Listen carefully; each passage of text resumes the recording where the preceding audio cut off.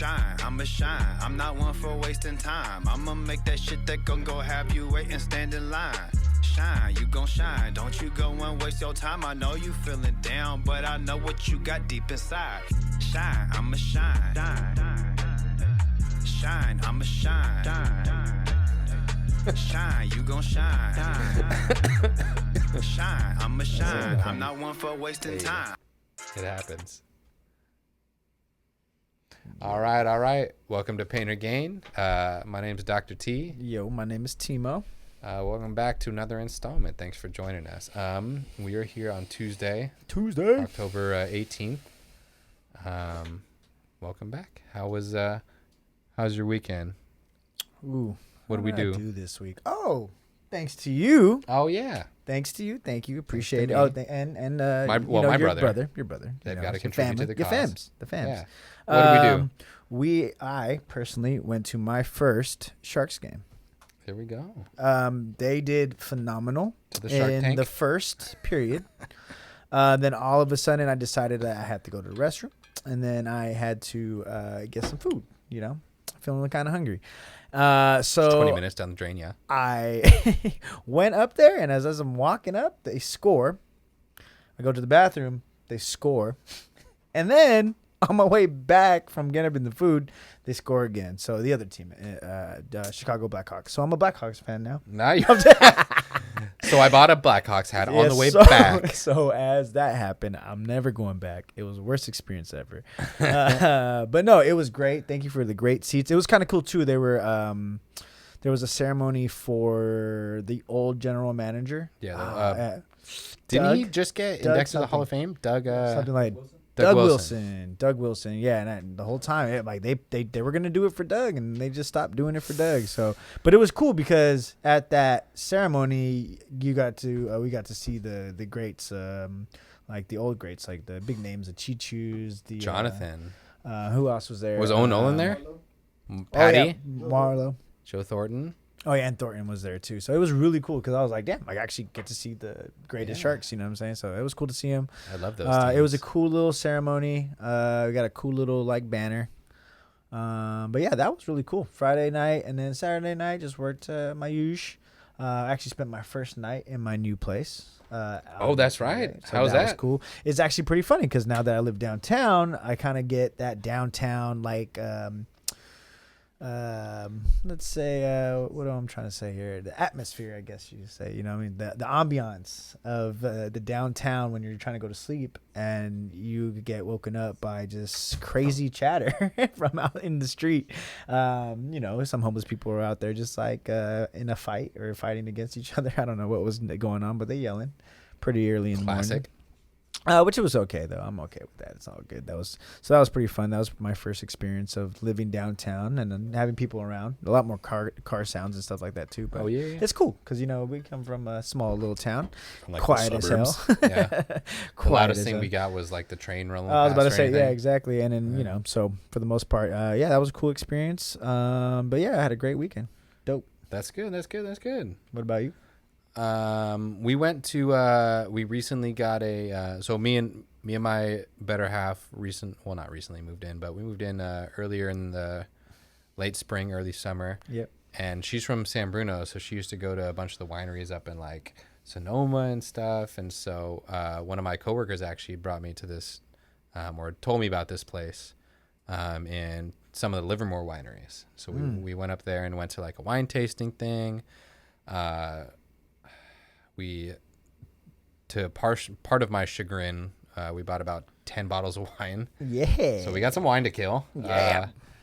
Cool. Yeah, we went to that. Did that on Saturday. What kind of wine you guys kind of like? I mean, when you drink wine, I know you whites and reds, but which ones are you kind of leaning towards? I'm more privy to the. When I was growing up, my dad drank a lot of Merlots. That was his favorite. So we'd always order a house Merlot. Yeah. A little bit darker, a little bit more drier. Mm-hmm. And so I used to take sips of his stuff when I was a kid and stuff. So I kind of like inadvertently either developed a taste because I wanted to be like him or like I wanted to, I don't know, I just drank a bunch of it. Yeah. I'm the same way with my coffee. My grandpa Louis, he used to drink his coffee black and he used to always say, drink it black or don't drink it at all. And so I would start drinking. Yeah. That's exactly. Yeah, exactly. Yeah. I mean, who needs the sugar, really? I mean, so I developed that when I was a kid. I was like, no, I have to drink this. If I drink coffee, I have to drink it. So Louis will now I drink coffee black. But anyways, I drink. I like the Merlots, the deeper red blends. That's good. And more of a kind of dry, but not like still get a fruity super notes. dry. Yeah, I forget the ratio. I used to know the ratio, but I know like Merlot's kind of the more drier bitter. And then the Pinot Noir might be a little bit lower. The Cab Sauv, I don't remember, but there's like lower one. It's just like in the like deeper. It's like a bitter, but not a super bitter. Yeah. Or it's a dry, but not a super dry. And then I like a little bit of the whites as long as they aren't like super super sweet. So like I like a smooth. You like the buttery? I want to say Riesling. Chardonnays? Yeah, buttery whites is my kind of. I'm okay with that. I want to say Riesling. Rieslings are cool because it's not too sweet, but it's a light on the palate. Okay. It just kind of chills. Yeah. That sounds about right then. Yeah, Rieslings are pretty good. I like the Pilsner of wine. Would that be a good? That would be okay, for perfect. Riesling. Yeah, the Riesling is like the Pilsner of wine. Yeah, exactly. I'm in. And the buttery ones are more of like your nice full like Chardonnays and stuff. Yeah, like that. I just don't like the sweet. Like I can actually do like a rosé here and there. Yeah, but those are usually pretty sweet for me, and I can't do more than a glass. Otherwise, it's just. Yeah, no, I'd rather lean more towards wine rather than beer. Definitely. I'm definitely that type of person. But yeah, because I mean, even like before the Sharks game, we were drinking some stuff. Danny always has like, some good beers. It was a good beer, but 3 beers in, I'm like, I'm full. Yeah. I'm feeling full. But like not wine though, it's like cool, soothing, a little bit more flavorful in my opinion, for what I like. So yeah, I've been getting more into more like solidified cocktails. Like I used to just be like, nah, I'll throw this. That seems like it'll be good. Maybe we'll add some tequila. I'll taste it. Be like, maybe we'll add some triple sec or something to make that a little bit tasteable. Let's drink. But we did a Negroni. Those are cool. It's very minerally. Yeah, I mean, which is okay because it's like I like gin though. I like gin a lot. Yeah. Oh, but the botanic taste and and then apparently there's a Negroni Bigliotti or something.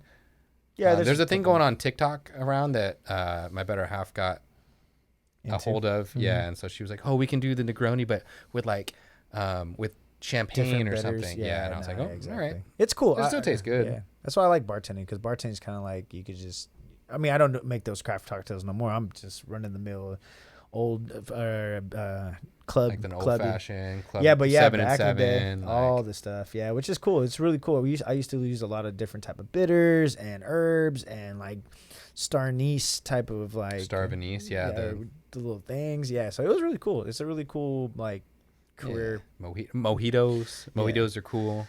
I love mojitos. I used to order. I always be like, "Oh, you're ordering a mojito," and then I'm like, "Actually, they're hella good." Yeah, I love mojitos. I love mojitos. My dad's go-to thing because he loved muddling the mint. That's all he wanted to do. So fresh. He'd be like, "You want some strawberries? I can muddle them." And I'm like, "That's okay. But whatever you want, man. You're making me a drink. That's fine." Heck yeah. I used to felt so. Definitely good. My first like thing that I used to order at bars to make it feel like a grown up instead of ordering like an AMF when I'm 21. I like 22. I was like, I can't order that anymore. I'm 22. Yeah. Come on. I definitely ordered my fair share, but I would always order a 7 and 7, and I just felt like it was a better. That's my Pops drink, actually. I just felt more adult growing. Anyway, that's for sure a good one. It's cool. Though. Drop your favorite very known cocktail and what's in it. Like, don't hit me with like an old fashioned. I know what's in that shit, but like, give me something else. What do you have for your regular cocktail? What do you order? What's your go-to order? You know what? Just tell me if it's gin and tonic. I don't care. Tell me your go-to order at the bars. I want to know. But yeah, and then Saturday watched all football, and I'm actually riding solo right now. My other half is in Chicago for a work trip, and so we took Phoebe over. Tell her to get me a Chicago Blackhawks hat. I know, new Chicago best fan. Favorite fans. Actually, it's funny because honestly, as I was growing up, we were kind of talking about even on chips, like stuff like that. Like I was like, I liked Chicago because they had the cool jerseys and stuff like that. I wasn't really tied to any players. Loved Brian Urlacher. I did. But yeah, exactly. But yeah, so yeah, it was cool to see both of them at the same time. I feel like it's hard to dislike. Blackhawks. I guess maybe the Cubs a little bit. The White Sox are kind of. White Sox are cool. But like. Cubs or whatever. Now the White Sox are when I was like when we were growing up, I felt like they were never like, they were always mediocre or bad, so I never liked him. But like, unless I was they like, had, yeah, you can kind of root Frank for Thomas. You can, right? Frank Thomas. That's true. Yeah, Frank so Thomas. that was the only reason I liked him, because he had my name. I felt like you could have rooted for the Cubs, and like people would be like, no, good for you, good for you, way to go. Same thing with the Bears. I still remember that Bears Super Bowl because there's no real rhyme or reason to it, but I hated Peyton Manning, and I don't know why. I hated Peyton Manning, and so the Tracy Porter like interception, the Steve Gleason like block punt, like that was the Saints. But the Bears, who did the Bears play in the Super Bowl? I thought it was the Colts. Oof. Bears. Because Hester went off. They didn't play the Colts. It was the Colts. Yeah. Who did the Saints play? Colts. They both played the Colts. Okay, I was like, wait a minute. Yeah, you're close. But yeah, I love the Devin Hester opening kickoff in the Super Bowl return. Like, yeah, I love that. Was that Rex Grossman or Kyle Orton? Who was starting there in the Super Bowl? Was it Rex? No, Rex. God, that's embarrassing. If Rex can do it, Jimmy can do it. Well, I mean, get you there. Oh man. Well, Jimmy got them there exactly. Twice. So same thing. No, once. Kaepernick was the other. Never mind. Anyways, but Niners defense in some trouble. We'll get to those injuries coming in soon. As we were kind of like looking pre-show. Whew, their list is long. They've had a doozy of things. Did we want to go straight into that? Yeah, I mean, got anything to talk about? Might as well. Yeah. Unless you want to update on any patients. Patients. Wheels had the flu a little bit, so he missed the last couple visits, and I saw him once recently. He's a teenager, man. It's tough to get him to do anything, so he's just kind of on his own. He's getting better though. Does get better every time. But Wheels is going full rebel on us. He's like, you know what? Fuck you guys. Yeah. I'm staying home. Oh, I actually do have an interesting case. I have a patient with, he's a younger kid. So he's like, we're talking like 5th, 6th grade, something like that. So 10, 11 years old. Yeah. So he's young. He had a case where he has had recurring quote unquote ankle sprains diagnosed from doc since 2018 to the last 4 years or so. He just keeps getting ankle sprains or whatever, which is already kind of setting some sort of flag off in my mind. No 8-year-old, you're too elastic. You shouldn't be having ankle sprains as an 8-year-old very often, not to mention reoccurring or chronic. So I'm already like, that ain't right. Like, I don't care what they say. He does not have ankle sprains for the last 4 years as a kid. That just doesn't happen. Yeah. So I was like, all right, whatever. So I come in and talk to him and find more about what's going on, because that's all we really got from the doctor's note. Mm-hmm. And so it turns out he had like swelling and stuff. So long story short, we go through a bunch of tests, and I suspect he has what's called exertional compartment syndrome. I think we've talked about it a little bit about I actually have this. It's a pretty rare thing. Not a good rare, like a bad rare. Sounds super familiar. And compartment syndrome is when pressure builds up inside a compartment in your body, more often than not, either like your forearm or your quad or your lower extremities. Mm-hmm. And pressure builds up inside your bundle of fascia is what it's called. Your muscles are mixed of bundles and bundles and bundles and bundles, and then that in itself is in like a sheath in separate areas. So all of your triceps are in a sheath, all of your biceps are in like a sheath, like a little covering, and then your calves. So they're separated into areas. So you have your front ones, like your anterior tibialis, your shin muscles, those things. All of your front calf shin musculature is all in one kind of sheath. It's called a fascial sheath. And that in itself is its own kind of bandage, if you will, like a tube. And if you hit something and cause a pressure growth in that tube, it just expands and expands and expands. And to that point, you can actually see swelling outside of the skin.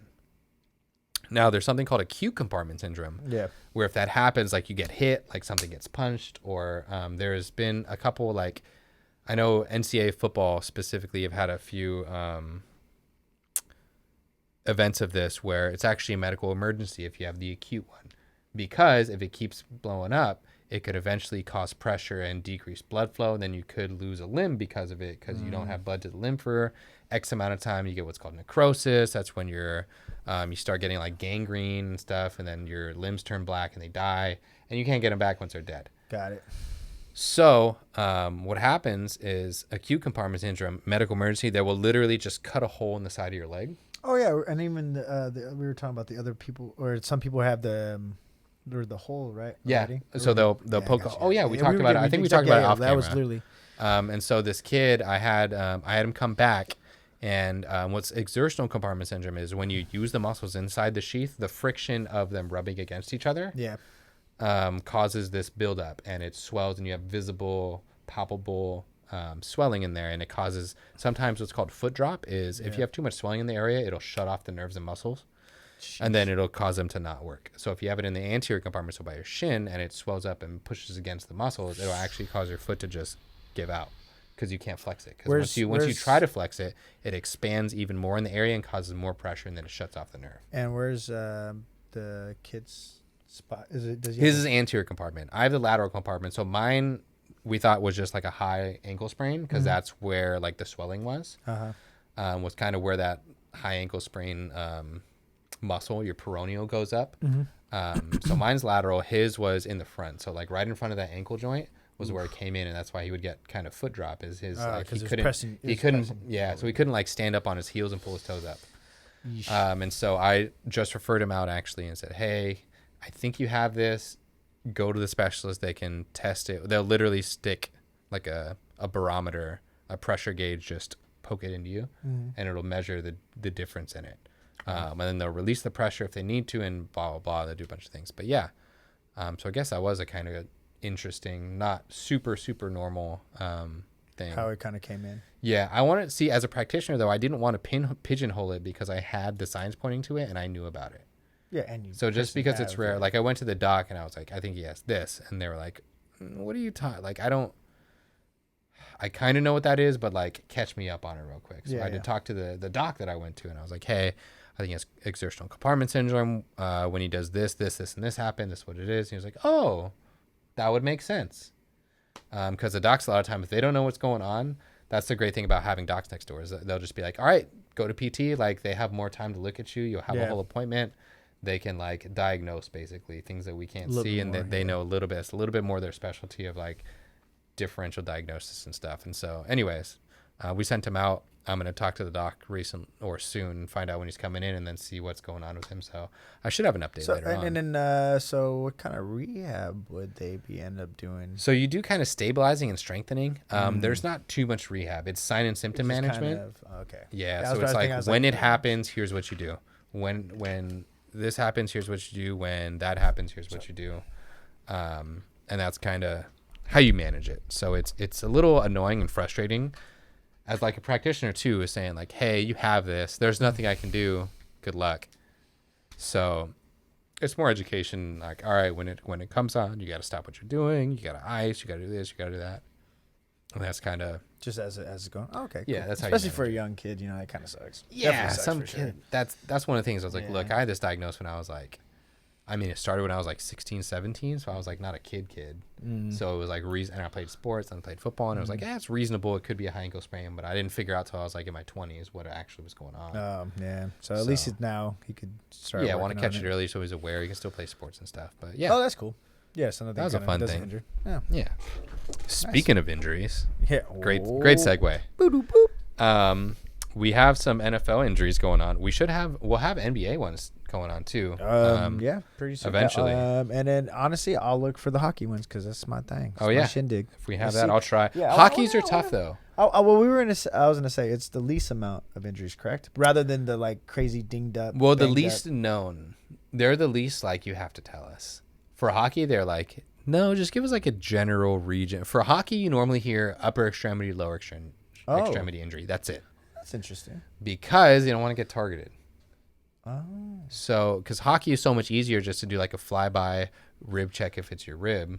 Yeah. Or like a flyby. I'm just going to nudge you in the shoulder. Like there's so much more just inadvertent contact in hockey that they don't like to really be specific on what's going on with people. So, but they're always super banged up. I feel like they were more banged up rather than like you don't hear too many like ACL tears and stuff like that. Well, they play with them. Hockey is a different dude. Hockey players are a different breed. I worked with the one of the team docs for the Sharks. I worked with him for about 6-7 months. I met some of the players. They came in. We took them through some like modalities and some like training and stuff. Like really nice guys. Some of the really well known guys actually would come in, super nice. But those guys are animals. They play through anything. I think it was. I want to say it's public information now, so it's not like I'm not keeping anything from anyone. But I'm pretty sure Joe Thornton played with like a torn ACL. One of his last playoff series with the Sharks. I'm pretty sure he just was like, we'll get it taken care of later. Just easier and like just easier on the joints and just how you're kind of sliding and guiding around. You can adjust the way you're skating a little bit better, but they're also just fucking animals. Oh, right. They're just crazy. Like they just half of them don't have teeth. Like that's not a thing that happens in any other sport. You don't just like. I feel like I never hear about injury, but that's the reason too. Yeah, I guess they're like, nah, I'm. They cover it and they're like, well, we'll just like cut your ice. It's easier to cut your ice time too. I love ice. It's easy just to be like, all right, you're just not going on the next shift, but we've already prepared for this because we know you're hurt and blah. So it's a lot easier to manage that in a game of like, I can just give you a little bit more rest. I guess you can in football, but everyone's aware of like we haven't seen so and so out on the field for a while. Like it's kind of obvious. Rotations go so much. It's just like, all right, he's not out there taking a break. Maybe he's getting looked at. Maybe he's getting checked up. But hockey's a different animal. Love it. My type of sport. With that said, hit us with your any fantasy questions you got, any fantasy football stuff. We'll be here to answer them. But for now, let's start with kind of the big ticket items. So we'll hit talking about Tua. Tua's cleared before the game on Sunday, actually. For the game that we just played. So Tua Tagovailoa. So I was on here on the record, not like too many people care, but of saying like it was pretty obvious he had a first concussion and second concussion. What this tells me is they truly don't believe the first one was a concussion. Now, they went through the investigations, they went through everything, but 2 concussions within 4 days, you're going to be out for more than 2 weeks. Purely from protocol. So what would be like a month? So it would have been. So what this tells me is they truly are under the impression, under their docs and everything, and this isn't like docs believe this because like they want to get more players out on the field, blah, blah, blah. Like they truly, truly believe, and I don't know, I'm not out there, but that it was the back injury that caused the stumble, that caused all that thing. Is the first one that everyone's like, hindsight, like it should have been, whatever. Like I still think it looked like concussion. But what this tells me is they went through all their due diligence and went him through, and he just had a really bad concussion. Was the one that he had on, what was that, the Thursday game? Yeah, it was a Thursday game where he had the one where he was posturing and everything with his fingers. Saw that one, So that's what that tells me is the doctors went through. They truly thought it was the back. They still sticking to that story. They really think it is. And you know what? I'm not that out there. I can't say any different. All we can do is what we saw. But this tells me he was cleared to go before the game. I think he's probably going to start this week. Skylar Thompson, their other one, we don't have a picture of, but Skylar Thompson hurt his finger and then like didn't come back in, which was weird. You hear like the tip of his finger. And then actually Teddy Bridgewater, we can go to him next actually. Teddy Bridgewater came back, flipped the pick to Teddy. Teddy Bridgewater came back in. Yeah, Teddy Bridgewater came back in. He was also cleared to go before the game. So the weird thing with him was he actually wasn't a concussion ruled out. He got taken out because of concussion and then ruled out because of these new protocols for what the spotter upstairs saw. So if the spot, I don't have exactly the rules, but if the spotter sees a, what is it? Just ataxia, which is like discoordination, or if he sees like a certain blow to a certain area, then he will automatically rule him out for the rest of the game. And then they can go from there and see, all right, here's what his symptoms are going, here's what's happening. So they just ruled him out for the rest of the game, and then he was able to kind of quote unquote clear protocol, but apparently he didn't practice all week because of it, but he cleared protocol. He's good to go. That's why he was a backup. That's why he was available. Got it. So it is what it is. I think Tua was cleared before the game. That leads me to believe he's going to be cleared to practice and go through the week. I think Tua is starting. If you have to, I would start him. I don't know if I start him with full confidence, depending on who they're playing. But like, if he has a bad game, what do you think? They keep him in. They keep him in. They're riding McDaniels. Mike Daniels is riding or dying with Tua. Dude. That's why McDaniels left the Niners to go to the Dolphins, because he saw Jalen Waddle, he saw all of their running backs, and he saw that they had Tua, and he likes Tua. Tua is going to stay as long as he is healthy enough to, quote unquote, healthy enough to play, which, everyone's a little banged up, whatever. 85% healthy is a good healthy in the NFL. Yeah, well, I figured that. But Tua's going to play. He's Mike Daniels' guy. I would start him over any of the others. If I had him and Teddy Bridgewater, because I'm in a deep league or whatever, I'm starting Tua over him. Yeah, that is what it is. Let's go ahead and go to the next one. Staying on the path of concussions, Chris Olave, little bit of a scary one. He's the one who hit the ground and kind of rolled over. You saw him kind of lose control of the ball as his head hit the ground. He has stated he's going to play. I think he's quote unquote cleared from protocol. But he himself said today that he is cleared to go. I would take that kind of a yellow light. I don't know if I take that for fully what it's worth. I might monitor him just because of who he is. Like he's not like a automatic start guy, but he's still solid for, a player, obviously. I take him and start him with a grain of salt and just monitor it and have a backup plan. But he said verbally that he's going to play. Usually if a player does that and teams don't think he's going to play, they'll usually back up and be like, we're like going through we're going to go through the doctor process and see what they say, blah, blah. So they haven't said anything about that yet. So start him. He'll be a green light and just monitor it. Next one you have is Cameron Brate. So Cameron Brate had a little bit of a scary thing. He had a concussion. It looked like concussion. Where you actually saw him on the field. They took off his face mask. What they do is so they can get in closer contact with the face and do a little bit of sensation testing. So they can come in without having to weave their hands through everything. Yeah. So they take that off in case they need to access his eyes or his mouth or get him to clear to breathe and things. Yeah. So they do that so they can kind of do the testing.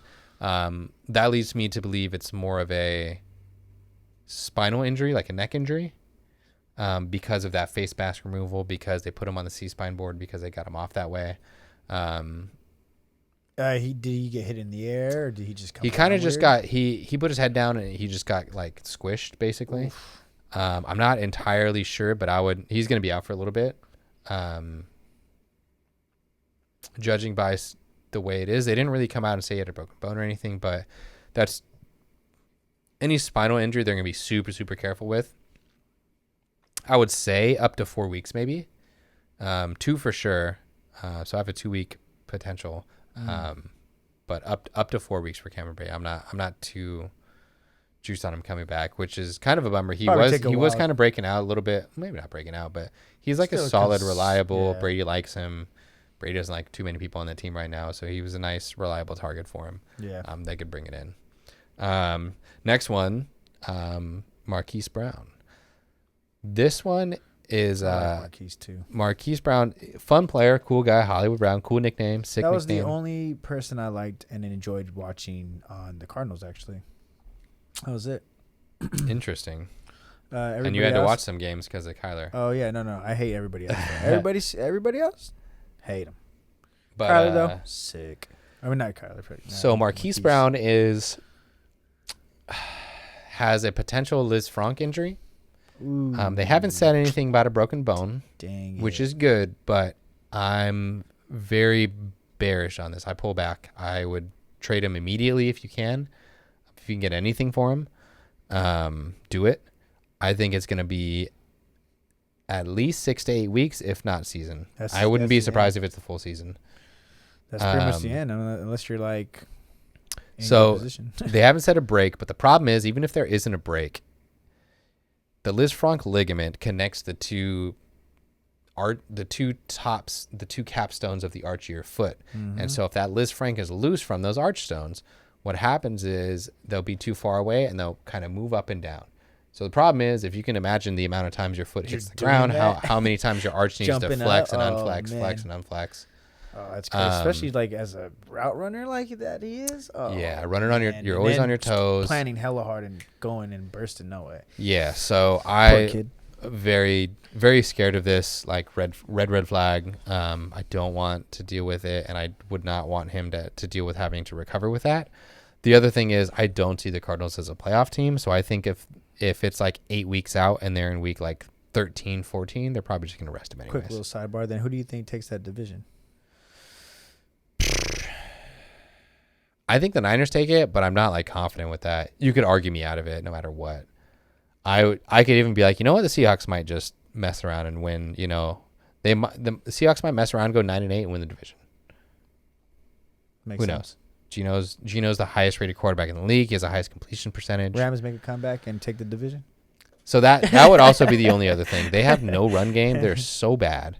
Cam Akers isn't seeing the field because he can't protect the quarterback, and they already have such a bad O-line. They're just abysmal right now. They've been injured left and right. And if you have Tyler Higbee went from seeing 10 targets a game to 2 because he had to stay into max protect because they can't pass protect.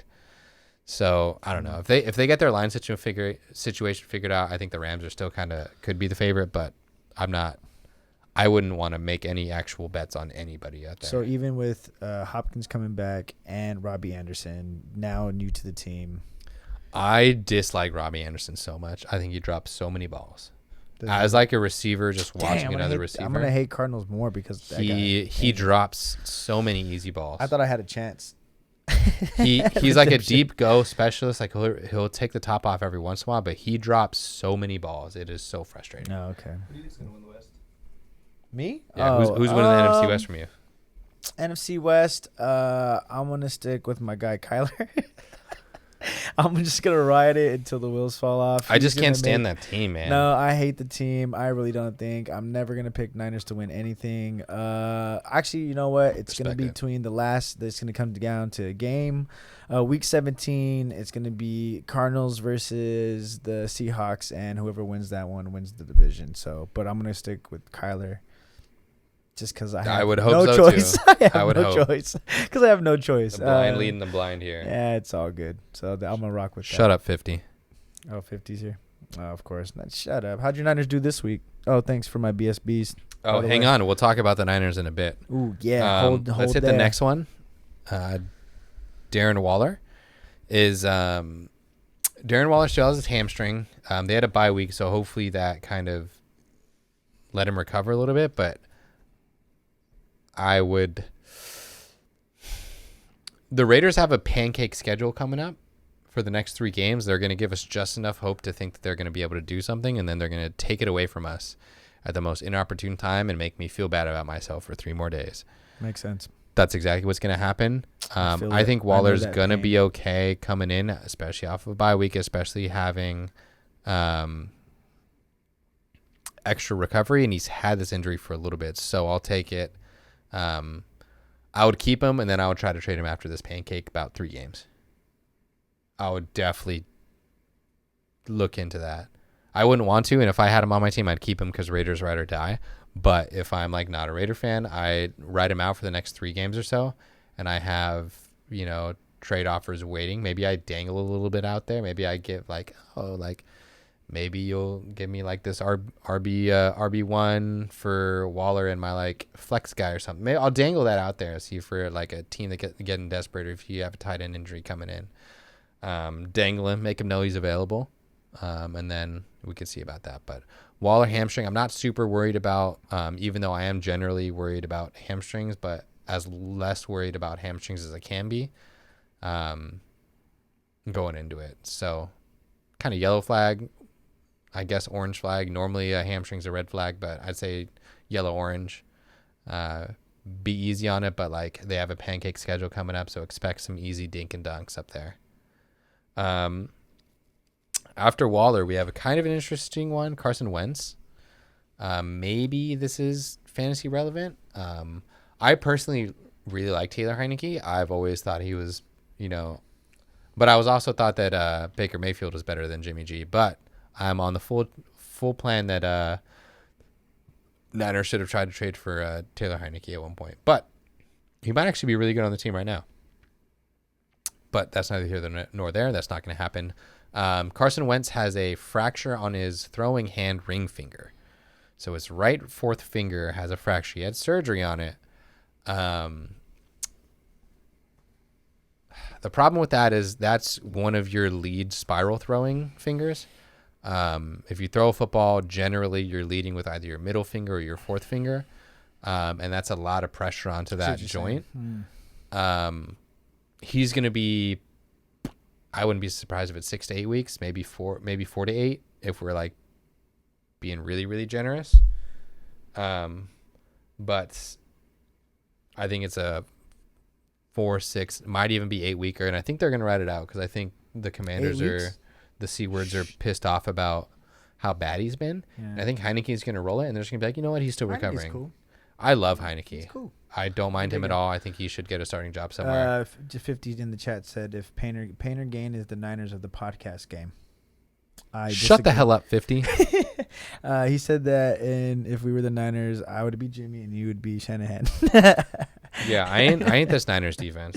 I said no. If we would be Payne or more Payne. It's all bad. Did you watch the game? What happened? I remember catching a little bit, and I just saw the Washington game. No, the Niners game. Oh, the Niners game. Did I see the Niners game? I did. Their offense is abysmal. They can't. George Kittle is a shell of himself. He's got something going on still. I don't think you can get anything. I don't think you can get a bag of chips for Kittle right now in fantasy. I don't think anyone's trading him. But I'm very, very concerned about just their overall health. Their running backs always get hurt. They can't hold on to the ball. Jimmy G and Shanahan just aren't on the same. Jimmy G and Shanahan aren't on the same page, basically, playing calling wise. It doesn't seem like it. I know we had that big blow up, so that's kind of like low hanging fruit to say, but it just doesn't seem like anything's going right for them. And without a top 5 defense, they are a bottom tier team. Facts. If they don't have the top 5 defense, with all of their injuries, it is very, very likely that they will be in the teens or lower for their draft pick. Yeah. I watched a little bit of the game, but I got woken up to my roommates yelling and screaming, "Fuck Jimmy." So because they're Niner fans, so fair. I was like in my room and I was just kind of like still sleeping, and all I heard was like, "Fuck! Oh shit! Fucking Jimmy!" And I was like, "Oh, Niners are doing bad. This is great." Sounds about right. And then I went in and I kind of watched a little bit of the game, and I just saw that Mariota and just the whole Atlanta offense was just able to run the ball in different crazy ways. And Atlanta's kind of like one of the funnest teams to like that suck. I mean, they're not super good, but they're so 6-0 fun. against the spread. If you're a the better, Jets don't suck. I hate Zach Wilson. I think he's so bad. I think if their defense wasn't so nice and that Breece Hall wasn't an absolute man amongst boys right now, then they would be trash. I think they're not very good. Scratch that. I don't think Zach Wilson's good at all. I don't think he's a mediocre quarterback. I think he goes to the group chat. Nobody believed me. I'm getting vintage. I hate it. I can't stand him. I don't think he's a good quarterback. I watch it all the time, and I'm like, this guy is not. I just don't see what's good about him. Soft. He's a poor man's Kyler Murray. He's pretty soft. He's a poor man's Kyler Murray. He tries to do all the plays, but he doesn't know how to be an improviser, and he doesn't know how. He steps out, and he just keeps rolling out and looking back. He doesn't try to make the plays. He just does things. Games. Bet you never thought you'd say that. Ever. No, at least I gotta watch Breece Hall do his work. You're going through some shit right now. If you're sitting there saying, I kind of want to just watch more Zach Wilson, because I'm thinking of like the only Zach Wilson I know is the one from college when he went to BYU, and he did a lot of cool shit. But there was one game where I could see what you guys are saying. It was against Coastal Carolina, and they got manhandled, and he didn't know how to respond to the manhandling. And that was where welcome to the NFL. Exactly. So now it's like, oh man, he's just super duper soft. Either. No, he's small, but he's not like strong enough to be that small. That's the thing with Kyler Murray is thick. That boy is thick with 2 Qs and a UE afterwards. Like, dude is thick. Dummy thick. Suspect, I hate to say because I actually kind of like him. Justin Fields. Yeah, Justin Fields also. I liked him too. I think he's ruined over there. He's imagine if the Niners would have got either Justin Fields or Mac Jones. Imagine just not trading up. When that happened and they got Trey Lance, I was like, that's the dumbest thing I've ever seen. They could have just had Jalen Waddle. They could have had Jimmy at this whole time anyways. They could have had Jimmy and Jalen Waddle. Do you imagine Debo, Jimmy? They had a choice. They had a chance. Debo, Jalen Waddle, and they went Ayuk. And they went Kinlaw, and then they went Ayuk later. Yeah, you're right. But you're right. just look about that. And then we were able to get CD. Kittle, Debo, and Jalen Waddle would be one of the top 3 if Kittle's healthy. Any quarterback back there, one of the best 3 like things in like a long time. Like that's name a better 3 skill position other than like I don't know Mixon, Higgins, and Chase. I guess. Oof, they're pretty nice. That's better. Is that better? That's better than Waddle, Debo, and Kittle if Kittle's healthy. That's got to be all like. You got to back up and say that though. Devontae, Waller, Josh Jacobs, take it home. I mean, I would agree. I would take that over Kittle. Kittle is such a shell of himself right now. Yeah, I need Waller as healthy. Who's healthy? Over Tyler Boyd. Oh, yeah. Maybe not Higgins. Higgins is nice. I love Higgins. You know what? Fuck the Bengals, though. That's okay. I'm okay with that. I can agree with that. Cool. He's inconsistent. Yeah. He's a 2. So he's a better Crabtree. Who we have next, James? So we have Jameis Winston next. So Jameis Winston, as we were talking a couple weeks ago, has 4 fractures in his transverse process in his back. Ooh. Yeah. So that's when you have your spine and you have a little 3 bones that stick out. Those are the outside ones, the outside bones in your spine that stick backwards. You should not start the quarterback with back fractures. That's just kind of I feel like you don't need to be a doctor to know that. I feel like everyone in this room and everyone watching would be like, no, yeah, it's probably a good idea. Probably shouldn't do that. So he has been on the sidelines for the last 2 games, but they are bad. If Dalton blows it again, he's going to start the week after anyways. So he's close to coming back. If you're really desperate, pick him up, put him on IR. He could be your quarterback in the next couple weeks. But he's going to be real close to being he's going to be real close to starting. I think he had like an ankle injury, what they said that started to be the reason why, but he's not starting because he has a broken back. Let's be real. About 6 weeks is about a proper timeline, 6 to 8 weeks for like it to heal anyways, from that fracture. So that's about right. He still played another week on it. So that might set him back a little bit, but I think this is about the 4-week mark. I think he's going to be okay, to come back, pick him up, ride it out for another week. And that'll be good for Jameis. I agree. The conspiracy theory is right. Which one is this? Oh, let me see. Jameis was actually allowed to take crab legs and got caught. They made it look like he stole it. Yep. to get investigation. I'm in. I just like Jameis. I wish he wasn't so weird and such like a bad player. Don't like eating W's? Eating them. I love it. I love it irrationally. All right, we'll head to the next one. Baker Mayfield. Baker Mayfield has a high ankle sprain that he and then proceeded to play 2.5 quarters on. I don't think he's actually hurt. I think he sucks, and I think the Panthers are trying to move on and are trying to at least be like, well, someone beat him out, so we can't pay him next year. I don't think the Panthers want to start him. I think they kind of want to start PJ Walker to have at least some semblance of excitement, or they're just going to say, F it, we're going to just suck and start Jacob Eason. I don't think Baker plays. Maybe he doesn't ever not play again, but I think he's done. I don't think Baker comes back. I think Sam Darnold comes back and quote unquote wins the job, because the thing with a high ankle sprain is you can say it's hurt for 8 weeks. And people be like, yeah, it's a high ankle sprain. So I think he's fine, but I think they're saying it's a high ankle sprain so they can just write it out. If you still miraculously have Baker Mayfield on your team for some reason, drop him. don't. He's not going to start very long. And even if he does, he's probably going to get benched pretty quickly just because of how bad he is. The only reason I can see him playing is if they just throw him out for like fodder once they trade Christian McCaffrey and a bunch of that. So yeah, back off of it. I don't think Baker plays again, but he does have a high ankle sprain, quote unquote. So take that for what it is. Get him out of your lineup. You shouldn't have him. Shame on you for having him in your fantasy team anyways. Facts. Next, we'll stay on the quarterback. Dacky boy. Your boy, Dak Prescott. So he had 5 weeks ago, I think this is going to be week 6. He had a surgery to put a screw in his thumb to keep the ligament intact. So generally about 4 to 6 weeks is the timeline. I know they were saying he potentially could have started this week. 6 weeks is like a hard. You need 6 weeks to heal from that. That's not a... very rarely will you ever have someone come back 6 weeks earlier when they have any type of screw put in anywhere. So that's pretty general timeline. That's not a...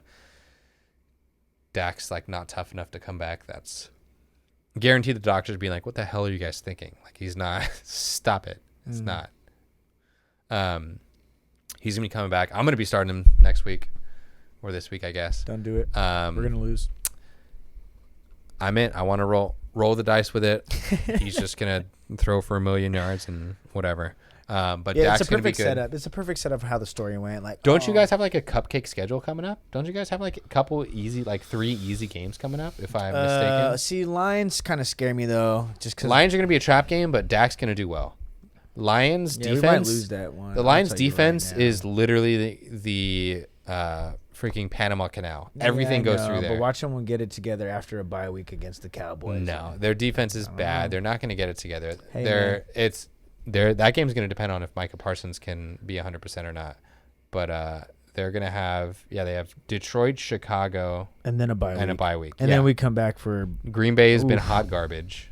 Minnesota's one of the worst 5-1 teams I've ever seen. That was like, you guys remember when the Steelers went like 13-0? How long ago was that? It's like 4 years ago, right? When the Steelers went like 13-0, I was like, this is the worst undefeated team I haven't seen too many undefeated teams in my day, but this is the worst undefeated team I've ever seen. 2020, because that's when the Browns beat them in the playoffs. Yeah, the worst undefeated team I've ever seen. They were not good. They were bad. James Conner had a weirdly, really, really good year. It was just like their O-line was really good, and the rest of them were just mediocre enough. It was the weirdest thing. But yeah, anyways, start Dak, green light, good to go. He's going to put up some numbers against the Lions. Do it. Do they have a good defensive line? They have the rookie, but that's it. Okay. That's the thing with the defense with the Lions. They just let everything in. Trash. So you're good. Gino put up 42 against him. I hope CD goes for 1,000 yards in just one game. I'm in. Yeah, start Dak, green light, greenest of green lights. If he's for some reason on the waiver wire, or people benched him because they think that Cooper Rush is going to start over him. That's the dumbest thing I've ever heard. Cooper Rush is not going to start over Dak Prescott. Get out of here. Even if he was better, which he's not. Even if he was better, Jerry Jones wouldn't let that happen. He just paid that man. That's true. Other than that, we have I think we're going to go over the Niners too. The Niners defense is struggling. I would be very, very, very cautious having them. I think you kind of still have to start them. That's true. But they just gave up 28 points to Marcus Mariota. Kyle Pitts finally got a touchdown against them. Thank God. And they're just not looking good. Tyler Algier and Caleb Huntley scorched them. Good. They can't do anything right. The Niners. They can't pass rush, or? A little bit of both. So Bosa's injured. Kinlaw's injured. Charvarius Ward, their starting corner, is injured. Jimmy Ward broke his hand. Emmanuel Mosley, so he's their starting corner. So they're starting DN, D tackle, 2 of their starting corners. They're starting nickel, and I want to say 2 of their linebackers. I could be mistaken on that, but I want to say at least one of their linebackers is done. So yeah, their D line, Hurst, D lineman. Al Shahir, he was a rotation linebacker. Like he plays a lot. Kinlaw's done. Jason Verrett done. Out indefinitely. What's the update on Nick Bosa? Bosa's growing. He's still like week to week. He's not. I don't think he's coming back anytime soon, to be honest. So I don't know if you had seen this when I put it in the chat, but it was a TikTok, and it's like this rating that's actually named after this doctor. Oh, the BAC rating or whatever? Right. Yeah, I saw that. Teams that were healthiest to not healthiest. Healthiest had like 90, and then the lowest had like 50 or 60 or whatever it was. And the bottom three were Ravens, Niners, and I would say Titans. Now, these teams consistently have these issues. Do you think that there's something that is it an organization problem that consistently they have all these different players, all these things? Does it work? Like, what's to blame? Like, is there something you could fix? I guess. So the question is there a reason basically, or is there a fault for having teams that have consistently high injury rates?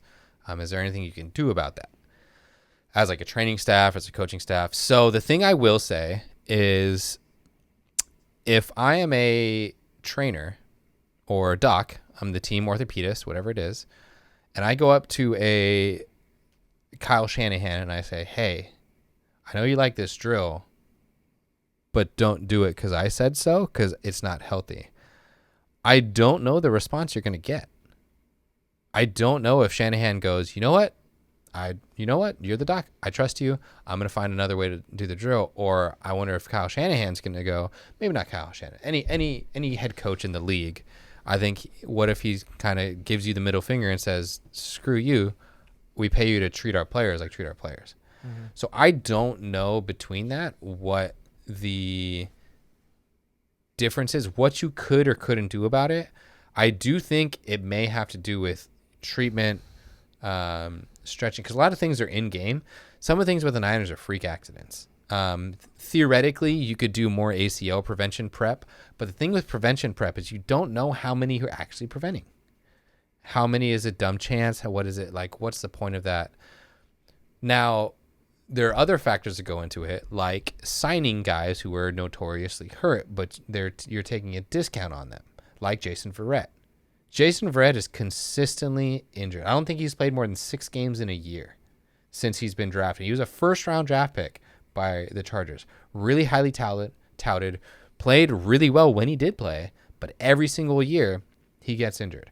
Now, that's kind of a price tag you have with those guys. I'm picking you up because, you've been hurt, but we could use that. We could do something when you're in. We could use you. Let's try to do it. So I think it's a little mixed bag, but I do think there's definitely a way of looking at it. I think it goes beyond just the team docs, but there is a way of looking at it and thinking, hey, this may not be the best way to go about it, or let's try to avoid these.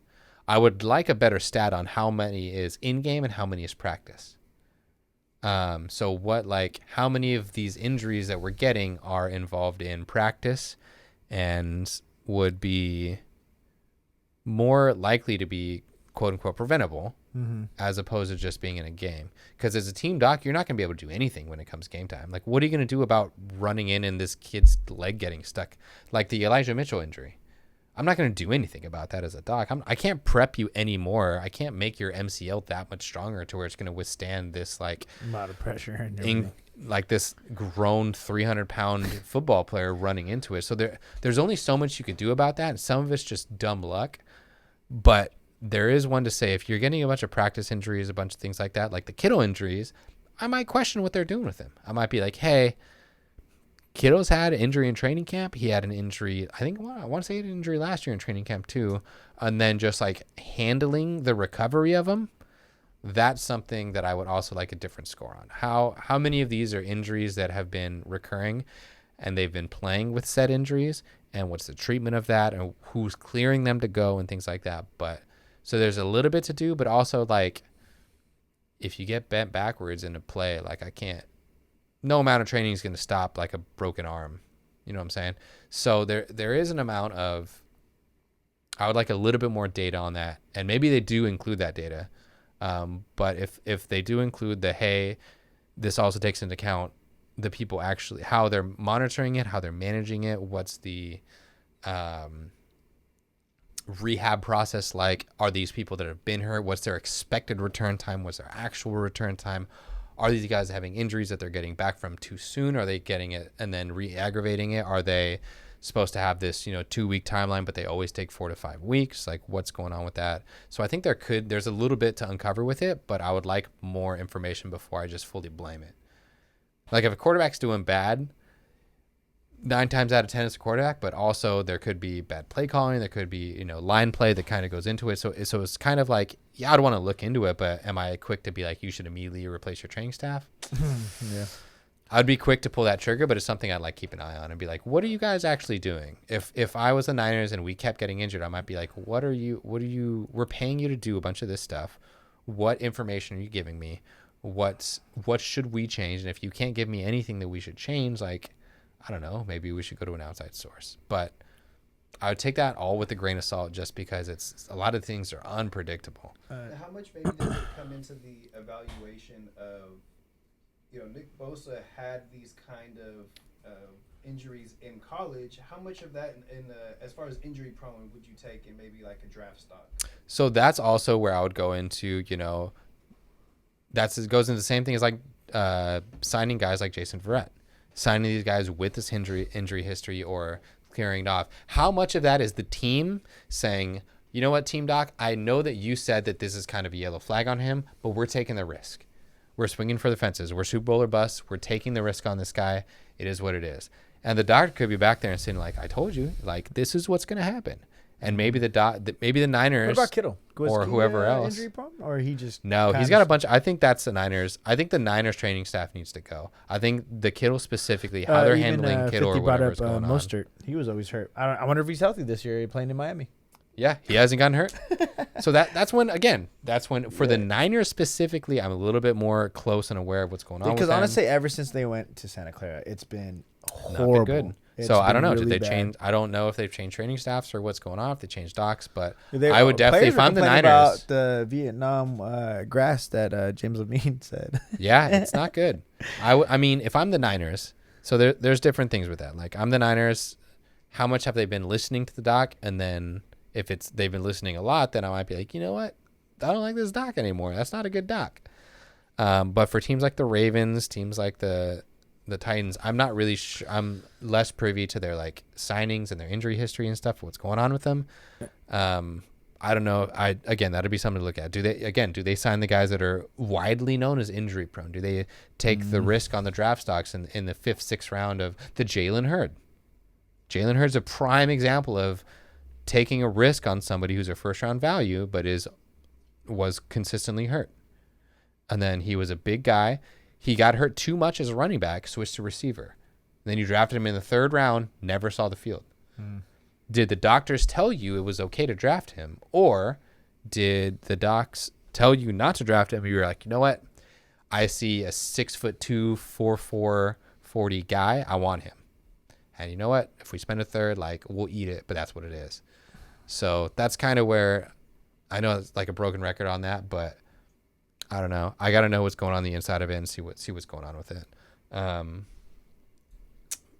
If Tua comes back and balls, can he get a comeback player of the year? I don't think legally, but I don't think by the award standards, but sure. NFL's going to feel bad they put him through all this and give They were like, you know what? First time ever in season comeback player of the year. After 2 weeks from that. I mean, it might be. He actually had 2 concussions. We'll come out and say it. Hot take. I'd put money on Mostert being comeback player of the year. What? Wasn't Mostert hurt all last year? No, over Saquon? No way. Oh, yeah, never mind. Saquon, well, right now I saw he is wasn't a hurt minus last year, 250. though. He just had a crappy year. Oh, really? No, yeah. This is the year after the year after. You're right. So he can't really be comeback player of the year. I guess he theoretically could, but he might get most improved, shady. but he's not really. Yeah, I just saw he's right not really now. Comeback. Yeah, I just saw right now that, or as I was at the gym earlier today, he is the favorite by 250 to win the comeback player of the year. I can technically. I don't know I don't know the legitimate writing standards behind it, but I'm pretty sure Mostert was hurt all last year. Interesting. Yeah, I kind of take comeback player as more of like an injury guy, but I guess technically still comeback is like you just played well after not playing well. Well, after an injury, I guess. I don't know. Yeah. But yeah, that's good call. Mostert. I'm actually gonna put a bet on somebody else. Dark horse for comeback player of the year. Mustard. There you go. Cool. Lock it in. Yeah, I think that's it for. I don't think I had anything else I want to cover for the injury history. But yeah, that has been a hot topic of. We've talked about that in the clinic a bit of like, what are these training staffs doing? Like, what's behind it? And again, there's way too many moving parts to even begin to understand. Especially with football. I mean, that's like, why is an offense doing bad? It's like, well, you have a coach calling plays. You have a passing game coordinator. You have a run game coordinator. You have zone blocking schemes. You have man blocking schemes. You have defensive alignments that you're going up against. You have defensive coordinators, really good defensive lines that might be really good. You're playing cover 2 and you're not used to it, or there's a million things to go into why an offense doesn't work. Same thing with kind of the injuries and training staff. There's a million different things, and it doesn't always equal out to be like A plus B equals C. Yeah, because that's what I think about Kyler. I'm like, oh, well, he can do this, but then all of these other shits. It's happening. Such a weird. Cliff just said he like is like willing to give up. Play calling for like 2 to 4 weeks to look into like people to call plays for him, which is weird because that's the only reason he came there is to run his air raid offense. But maybe it's just like I'm maybe too much in my own head. Sometimes it happens though. I don't know. Maybe Kyler doesn't like. I don't know. Honestly, if I'm the Cardinals and Kyler doesn't like your play calling, I'm kind of married to Kyler at this point and would take Kyler over whatever the coach says. Even though you signed the coach to draft Kyler, at this point you're kind of more in luck with. I think Kyler's better at quarterback than Kingsbury is at coaching. It looks like it. I mean, because all the talent's there. It's not like they don't have a good O-line, though. I will say that, so I give them some slack. Their O-line is awful. But I don't know. In general, they're just like, they're not bad. It's mediocre.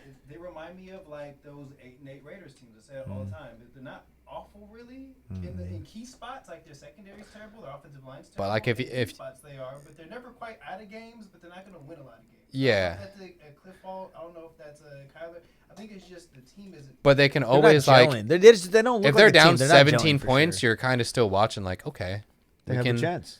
Yeah, we can do this. Yeah. Yeah. But not fun for my fantasy or my heart. Anyways, that's unless we have any more I think any more injury questions. I haven't seen any in the chat. Hit us up. Even if we move on, we'll try to get to him. Lonzo Ball. So what I've kind of read about this. I don't really know what his injury is, but I know he's been talking about like he can't go upstairs, he can't do this or that. Do we have like an actual diagnosis of what's going on with him? I haven't seen them come clearly out with what's actually wrong with his knee. I know it's his knee, and I know it's not good, and I know that it might be a year-long thing, but I don't know what his actual. It was like a weird one too. Nerve issue addressed in knee surgery. So, did it happen because of a knee surgery? He had a nerve issue. Let's see. That's what I'm going to be interested to see.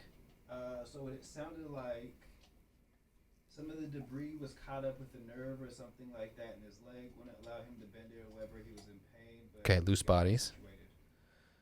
Okay, so loose bodies with the nerve. So nerves are real touchy. For those of you who don't know, probably everybody, your nerves grow back at 1 millimeter a week. To give you any idea as to how long and why nerve damage is such a problem. About 1 millimeter a week is what nerves grow.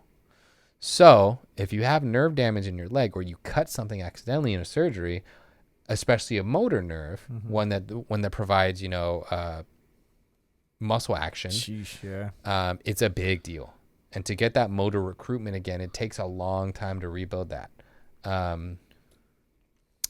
Now, if it's sensory, it's not that big of a deal. If you lose a little bit of feeling in your kneecap, whatever. Honestly, it's not play. Like, yeah, you would like to have all your feeling in your kneecap. That would be awesome. But do you need it to play whatever professional sport you're in? Not particularly. So that's why it's not. And that's very, very common to have in ACL surgeries and knee replacements. patellar reconstructions, things like that. It's very, very common to cut kind of the nerve that loops around.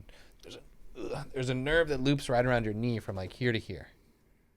And that is usually cut in like ACL surgeries and stuff. And so it'd be like, oh, yeah, I can't feel anything here. Very, very common. It goes back in time.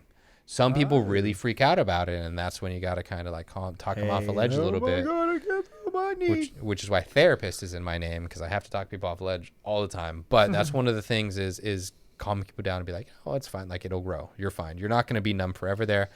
But honestly, I can't say this to patients, but like, who cares? What's the big deal? It doesn't matter if I can't feel my kneecap. I'm not going to be losing out on quality of life to be completely serious. In the end, you're like, well, I don't feel my knee, but I can walk. Whatever.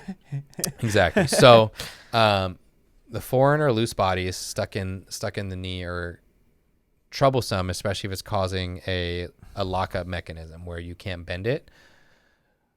But it's really weird. That doesn't fully explain to me why he can't use it as much, or why he's in so much pain going upstairs. That seems like more of a like discomfort, and maybe you can't play basketball, but like the way that they were explaining this thing was he was like not able to go up, like he couldn't go to his ADLs, like he couldn't like get in and out of a shower correctly, like he was not doing okay from what I heard. So I think there's more to that than just what was in whatever report that is. But he was with Lonzo. Like from what I read, it seems like they, I don't want to say misdiagnosed it, but he went and had surgery. He wasn't recovering the way that they thought he was. He went and had a second surgery, and now he's feeling better. So this was the second surgery he had recently. Okay. It's been out for about 9 months now. Yeah, it's been out for a while. Yeah, so they had the first surgery and then kind of had some things wrong with it, and then did it again. Did some kind of surgery again and had to clean up. That's the thing with surgeries too, is you never really know what you're getting in until you get in there. So many docs are like, hey, we're going to go do the surgery, just so you know, sign off. But like, do we have your permission? Because you're going to be under anesthesia. Do we have your permission to do what we feel is medical necessary? And then you'll sign it away. And if they're going to be like, actually, you had 17 other things wrong with you, and we just, fixed it.